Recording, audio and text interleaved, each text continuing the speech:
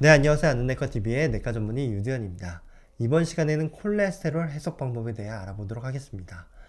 먼저 들어가기 앞서서 우리나라에서 이상 지질혈증에 대한 유병률을 조사했었는데, 연구 결과를 보니까 10명 중 4명꼴로 이상 지질혈증을 앓고 있다라는 결과가 나왔습니다.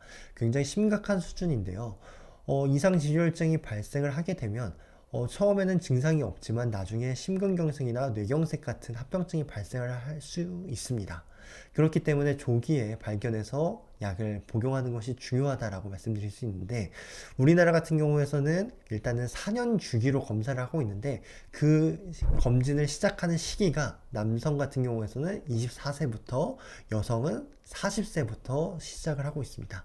굉장히 늦게 시작하고 또 주기도 4년이기 때문에 안타깝지만 사실 비용 효과적인 면에서 어쩔 수 없다라는 전체 인구를 대상으로 하는 국가 검진이다 보니까 어쩔 수 없는 부분이고요. 이상 지질증에 대한 콜레스테롤 검사 항목들을 보니까 총 콜레스테롤, HDL 콜레스테롤, 트리글리세라이드, LDL 콜레스테롤 이렇게 이루어져 있습니다. 굉장히 생소한 단어라면 단어라고 할 수 있는데 어떤 단어들인지 한번 구체적으로 살펴보도록 하겠습니다. 콜레스테롤과 지방 굉장히 조금 무슨 차이지? 라고 하는데 지질 안에 사실 콜레스테롤 중성지방이라고 이렇게 이루어져 있습니다. 콜레스테롤 같은 경우에서는 세포막의 주성 성분이면서 여러 가지 호르몬의 구성 성분을 맡고 있고요. 중성 지방은 내 몸의 에너지로 저장이 되고 체온을 유지하고 외부 충격으로부터 보호하는 그런 역할을 하고 있습니다. 이때 LDL, HDL은 무슨 의미냐? 말 그대로 이 지단백이라는 이 둥그런 입자인데 이 안에 방금 말씀드린 중성 지방과 콜레스테롤을 저장하게 됩니다. 그래서 이런 녀석들을 무게에 따라서 무게가 굉장히 무거운 녀석들을 HDL, 하이 덴시티 콜레스테롤, 그 다음에 무게가 낮은 녀석 LDL, 로우 덴시티 콜레스테롤이라고 명명을 하고 있고, 그 밖에 중성지방이 많은 녀석들은 그 밀도가 상대적으로 가볍다라고 말씀드릴 수 있겠습니다. 그렇다면 LDL 콜레스테롤이 왜 나쁜 녀석이냐 봤더니 LDL 콜레스테롤은 간에서 이 콜레스테롤을 빨아들인 다음에 그 콜레스테롤을 전신으로 보내주는 그런 역할을 하고 있습니다. 그래서 간을 위해서 일하는 녀석이라고 볼 수 있는데, 그렇다 보니까 내 몸의 주변 조직으로 중성지방이나 콜레스테롤이 쌓이는 그런 불상사가 발생을 하기 때문에 나쁜 콜레스테롤이라고 하고, 이 HDL 콜레스테롤이라는 녀석은 이 내 주변 조직에 많은 중성지방과 콜레스테롤을 다 빨아들여서 그것을 간으로 보내주는 역할을 하기 때문에 간 입장에서는 HDL 콜레스테롤이 반갑지 않겠지만 우리 몸 전체로 봤을 때는 HDL 콜레스테롤은 굉장히 좋은 녀석이다라고 말씀드릴 수 있겠습니다. 그렇다면 콜레스테롤 구성은 어떻게 이루어지냐라고 한다면 LDL 콜레스테롤, HDL 콜레스테롤, 아까 전에 이제 중성지방이 많은 콜레스테롤이 있다라고 말씀드렸는데 그 녀석들이 이제 킬로미크론, VLDL, IDL 이런 녀석들을 포함하고 있습니다. 사실 이러한 녀석들은 중성지방 전체를 대변하기보다는 여기에서 5로 나눠줬을 때그 절대값을 대변을 할 수 있기 때문에 LDL 콜레스테롤, HDL 콜레스테롤, 5분의 중성지방 나눈 콜레스테롤이 총 콜레스테롤을 나타내는 현재 용어다라고 말씀드릴 수 있겠습니다. 그래서 검사 결과지에 이 네 가지 항목이 다 나타난다는 거죠.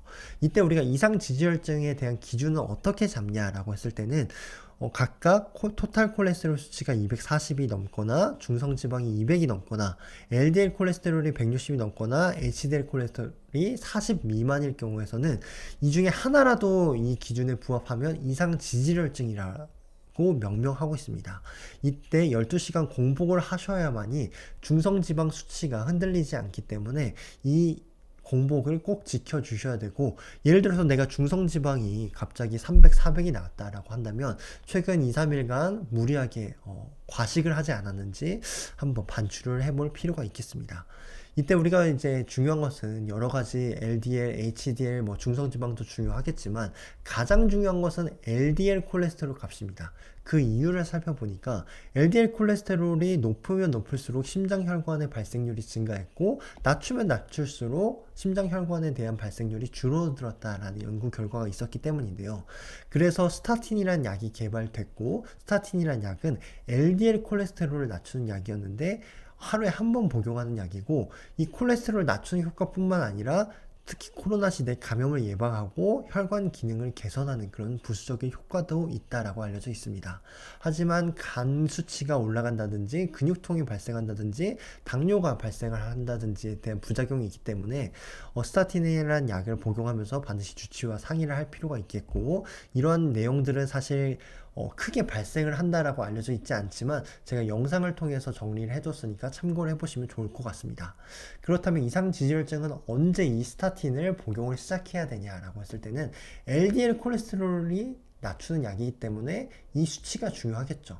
여러 가지 기저질환이 있으면 심하게는 55 미만까지 떨어뜨려야 되고, 당뇨가 있을 때 유병률이 그렇게 이 기간이 길지 않을 경우에서는 100 미만으로 떨어뜨려야 된다라고 나오고 있고요. 이때 이 LDL 콜레스테롤 목표치만 도달했다고 끝나는 게 아니라 이 전체 콜레스테롤에서 HDL 콜레스테롤을 제외한 이 콜레스테롤 구성 성분이 아까 말씀드린 LDL과 중성지방이 많은 콜레스테롤이겠는데, 이러한 녀석들도 굉장히 중요하기 때문에 얘네들도 낮춰줘야 된다라고 얘기를 하고 있습니다. 그 밖에 이제 기저질환이 없는 친구들을 우리가 중등도 위험군, 저위험군이라고 명명을 하고 있는데, 이러한 환자분들을 대상으로 했을 때는 LDL 콜레스테롤을 상대적으로 낮은 130, 160까지만 떨어뜨리도록 스타틴을 복용할 것을 권고하고 있습니다. 이때 우리가 이 심혈관 질환의 어떤 위험 요소에 따라서 중등도, 저위험군을 나누고 있는데, 연령이나 가족력, 고혈압, 흡연, 콜레스테롤이 낮은 수치, 뭐 이런 것들에 대해서 우리가 위험 인자를 정해서 2개 이상일 경우에서는 중등도, 1개 이하일 경우에서는 저위험군으로 나누고 있습니다.